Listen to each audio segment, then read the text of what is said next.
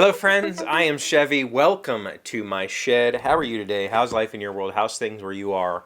Merry Christmas, if that's what you do. I'd like to wish it upon you.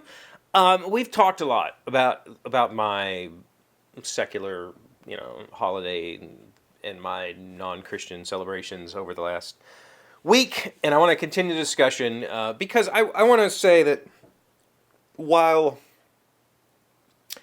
uh, while I have my own thing with my kids, it's not because I don't I don't want them celebrating Christmas or I don't want them being Christian or whatever they choose to be. That's not true, right?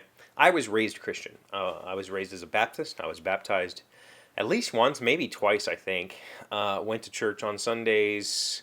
Had Sunday school. A very religious grandmother who took me when my parents stopped going, and all of my friends that I had, my closest friends, I should say, from school were also from my church, and so we were, I went to church camps. I did the things, and it's not that any part of that was bad to me, or that I needed to push back against it. It's just that as I got older and started really looking at the world and the things that were important to me, that no longer became something that made sense, right? Um, but for Christmas, specifically Christmas, uh, I have a lot of really great memories of Christmas. Like I don't, I don't shun it. It's not a shunned holiday for me. We did Christmas Eve Mass, candlelight vigil, the bell choir did their thing. I really enjoyed all of that. I always loved going and celebrating that way. Um, as a child, I had good Christmases. My parents got me gifts. We always had a live tree every year. I can remember going out and picking it out and bringing it home. We would put it in the garage so we could cut the stump off and cut the lower branches off and attach the base and bring it inside. My mom would take all of those cut off branches because we would trim, you know, so she could fit packages. We would trim a bunch off the bottom. She would take all of those pine fronds, is that what they are? Branches, and she would put them in the furnace registers. And so when the furnace came on, the whole house would smell like pine. I loved that. We had we had a record player that was in the dining room. We would bring out the Christmas records, and I always loved putting on like Bing Crosby's Christmas, and I'm sure there was others, but I really remember that one. And listen to Christmas songs, and we would decorate the house. And my mom is one of those people that she has like bins for every holiday, and her whole house gets redecorated every holiday. So we had a lot of holiday traditions setting up Christmas. It took days to set it up because we had, you know, villages with lights in them and things that go here and there and outside stuff. Uh, we had some outside decorations. I think one of them my father made. It was like a plywood pine tree that lit up. Another one was like a wooden Santa Claus that I believe was sold by Sears and Roebuck. Those eventually got stolen, but we put up lights every year. My mom, my mom loves to tell the story of me sleeping under the Christmas tree because I wanted to catch Santa, so I was going to sleep under the tree. My mom's house.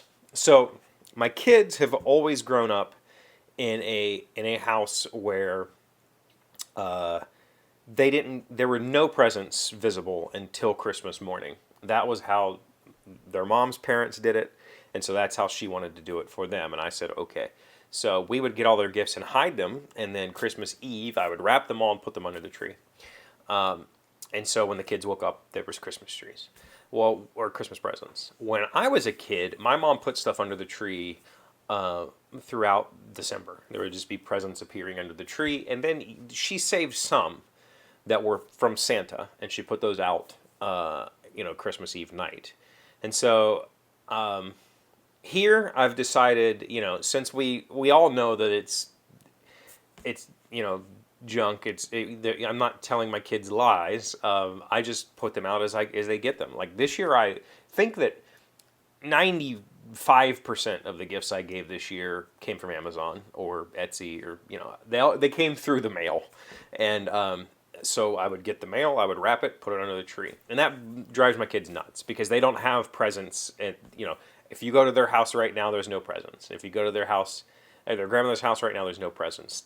Tomorrow morning, there'll be a bunch of presents. And that's just how, that's how they grew up. So when I grew up, it was all of these presents under the tree throughout December I knew were from mom and dad.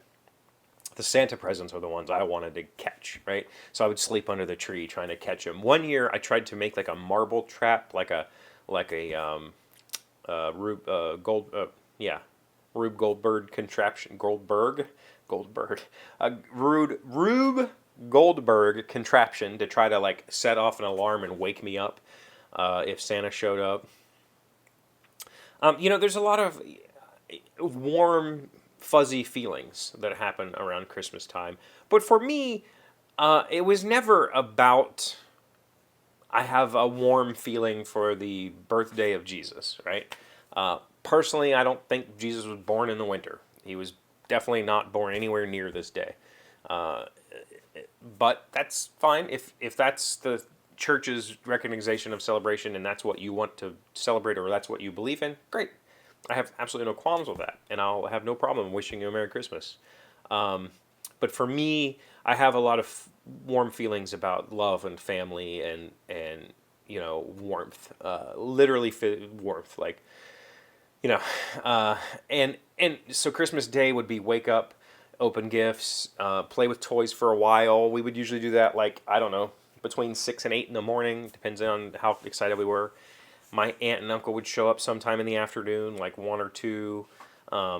Their kid would come. My grandparents would show up at some point. We'd have dinner like 3, 4, 5, somewhere around there. So we'd have a house full of people, cousins, aunts, uncles, grandparents, and we would just eat and talk and show off all of our presents and stuff. And it was always a really... as a kid, it was, can you people believe I want to play with my toys? As an adult, I look back on it fondly. I look back on it like it was a time to reconnect. And I had my sister and her husband and my niece here this year, and it's a good time because we don't spend a lot of time together. Like, and so it's just a time to reconnect and a time to be thankful for family and that sort of thing. So. Yeah, I don't shun Christmas just because I celebrate solstice. I think some people have a misconception that I'm like down with Christmas. That's not true. That's not true at all. I love Christmas movies. I love Christmas stories, and I love the whole season, whether it starts on, the actual solar solstice or, all the way up through New Year's. I like all the traditions, and I will openly embrace any of them that you choose to celebrate. There you go. That's my take. Tell me about yours. What are you going to get up to this weekend? Thank you for being here as always. Thank you for liking, commenting, subscribing, being amazing friends and wonderful people. I really appreciate you. And I'll see you again Monday. Today's word you should know to sound smart is jaunt. It is a noun meaning a short journey taken for pleasure. Nicole plans to take a jaunt across the southern strip of Africa next year. Jaunt, Jaunt. That's what I would call motorcycle time. For me, taking a jaunt is jumping on the bike and riding somewhere just for the sake of riding somewhere.